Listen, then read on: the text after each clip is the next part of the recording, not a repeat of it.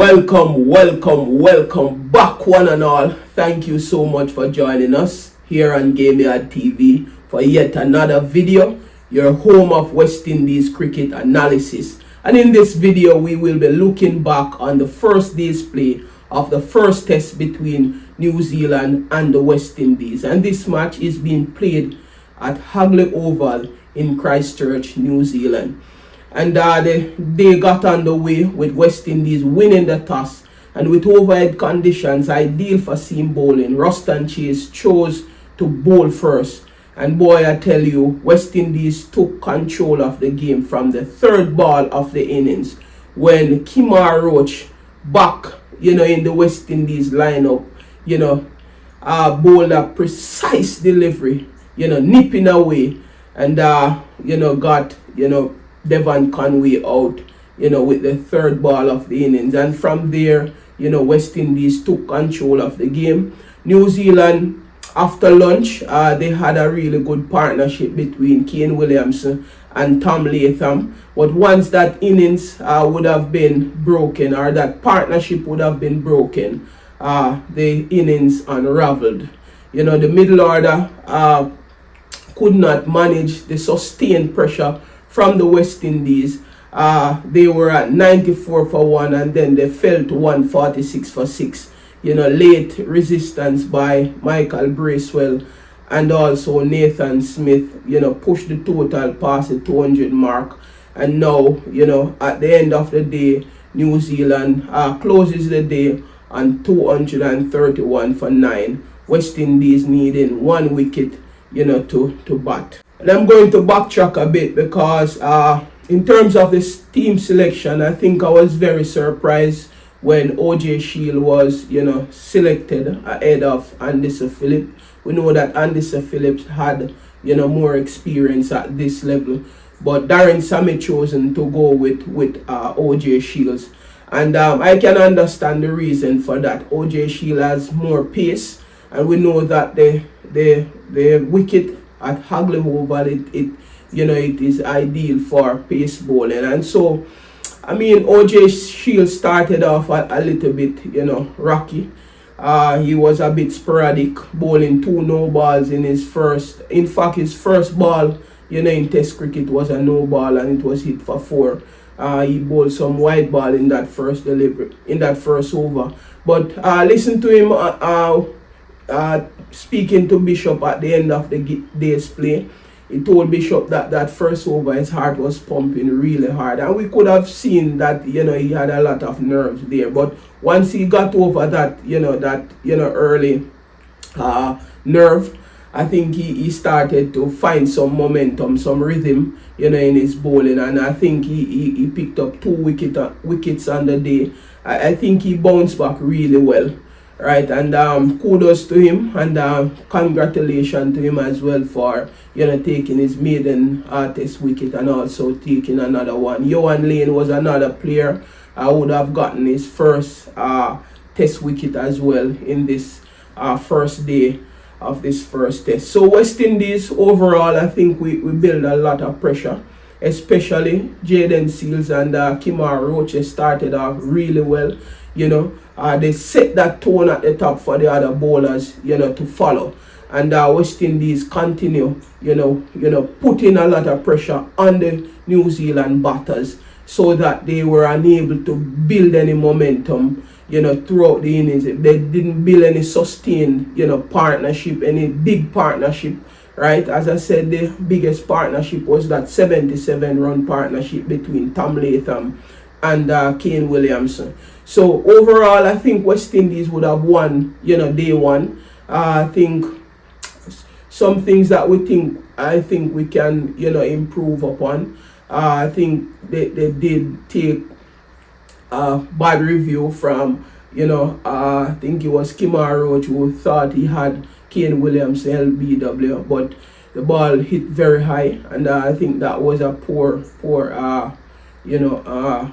review, and so we lost that review in that period after lunch, because the game has been affected by rain as the forecast as it was forecast.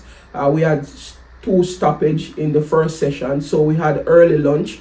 New Zealand went to lunch at 17 for 1 from 10.3 overs, and then after lunch, when we got on the second tier bowler, Johann Layne and Ojay Shields, I think they did not start very well, and so Kane Williamson and Layne, put some pressure on our bowlers. During that period, they scored 111 runs with 4 wickets. We got 4 wickets there, right?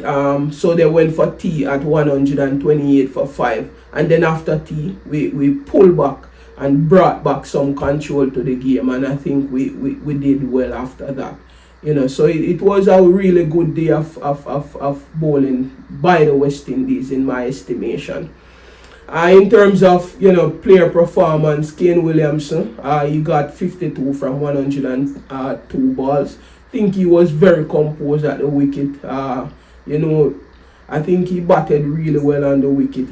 Kane Williamson is known for playing the ball very late, and on this track you have to play the ball very late, pushing at deliveries. If you look at how most of the batters got out for New Zealand, they are pushing after the ball on the 4th and 5th stump, and they nicked off to slip. I already said this in my build-up. You cannot push. If you're going to push, you have to flash hard at the Hagley Oval, else you're going to nick off to slip or to the wicket keeper. And most of the New Zealand batters, that's how they got out. They nicked off to the keeper or to slip, right? So Tom Latham, he played a gritty knock as well, 31 from 88 deliveries. Bracewell and Nathan Smith, they had the lower order partnership, and they helped to push the score beyond that 200 mark. In terms of the bowlers for the West Indies, most of the bowlers, I think the wickets were shared among the West Indies bowlers. Kemar Roach, as I said, started off well with that early strike, and he set the tone for the younger bowlers. I think Justin Graves was really magnificent for us. And I think one of the mistakes that I think Ruston Chase made, right, after Jayden Seales and Kemar Roach bowled out in the first session, I thought he should have paired one of the younger bowlers. He should not put on Johann Layne and Ojay Shields to bowl together. You can't have 2 young pace bowlers bowling together. You want somebody with a little bit of experience to help them during that phase. And so I think he realized that, so he brought on Justin Graves for one of them to pair with one of the younger. And I think that really helped us as a bowling unit, because the 2 younger bowlers, I guess they had some nerves and they were not bowling really well. And then after that, Justin Graves came in, take 2 wickets, and then we settled back and got back some control, over the game. Ojay Shields, in his debut game, I think he showed really good maturity. I was so, upset when he bowled Kane Williamson through the gate, and then we found out that it was a no ball. But he did rally, get over that, and then rally, and he eventually got 2 wickets. Jayden Seales and Johann Layne, both, they maintained the pressure with constant tight bowling. I think sometimes Johann Layne bowling too wide, giving the batters too much width. So that's something that you will need to look at, going into the second innings. So looking forward on day 2, I think we need to finish up the innings early on day 2. That is very, very key. We cannot allow the final pair to put on any amount of runs. We need to get that 1 wicket early in the second day. And then for us going into bat, Tej Narayan, Shandapal and John Campbell, you see how the pitch is playing. The pitch has a lot of bounce. I think the pitch it changed a bit towards the back end of the innings. I think it was playing a bit faster than early in the day, right? Because I think they had some sunlight, so some of the moisture would have dried out of the pitch, so it was coming onto the bat a little bit more. So probably day 2 might be a little bit easier to bat if they don't have any overnight rain, right? but you guys will have to occupy the crease. We have to occupy the crease. If we come out trying to hit boundaries, we're going to, we're going to collapse.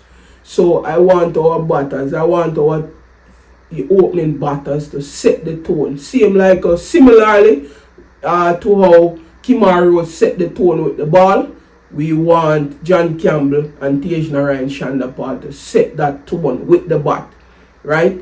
Many West Indian fans are really, nervous about our batting, right? And we have to find a way, to score some runs in the middle, and not to allow, us to collapse as we have been doing, over the years. We like how we batted in that second innings in India.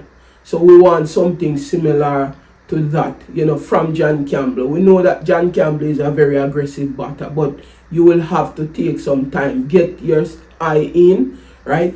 Get some ball under your belt, and then from there you can counter attack, right? But you need to get in, understand how the pitch is playing, understand how the New Zealand bowlers are bowling, and then you can, once you're at the wicket, you will be able to score runs. But I don't want us to approach this total, batting like it is a 1 day or a T20 game. We have to, be patient, Once we get the bad balls, we put the bad balls away, but we have to respect the good balls, right? And try to run between the wickets, right? That's something that West Indies have not been doing well at this level.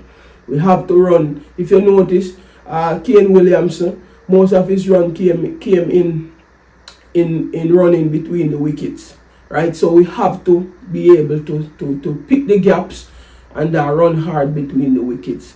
I think once we get a good start with our opening batters, I think we can push, at least, to get even 300 run plus. I think we should be aiming for 300, plus runs, right? So I think our opening batters will need to set the right tone at the top for us on day 2, right? So I think that's where I will leave it for now. I think West Indies won, this first day contest. I think they were magnificent with ball in hand, right? If we can restrict New Zealand for under 250, that would be a big plus for us, right? We know that the track is not easy to bat, and so this total might be very competitive given the conditions of the game, but we have to look to score 300 runs plus, right, in this game, in this first innings rather. So thank you so much for joining us. Please remember to hit that subscribe button as you're going out. Please remember to like the video.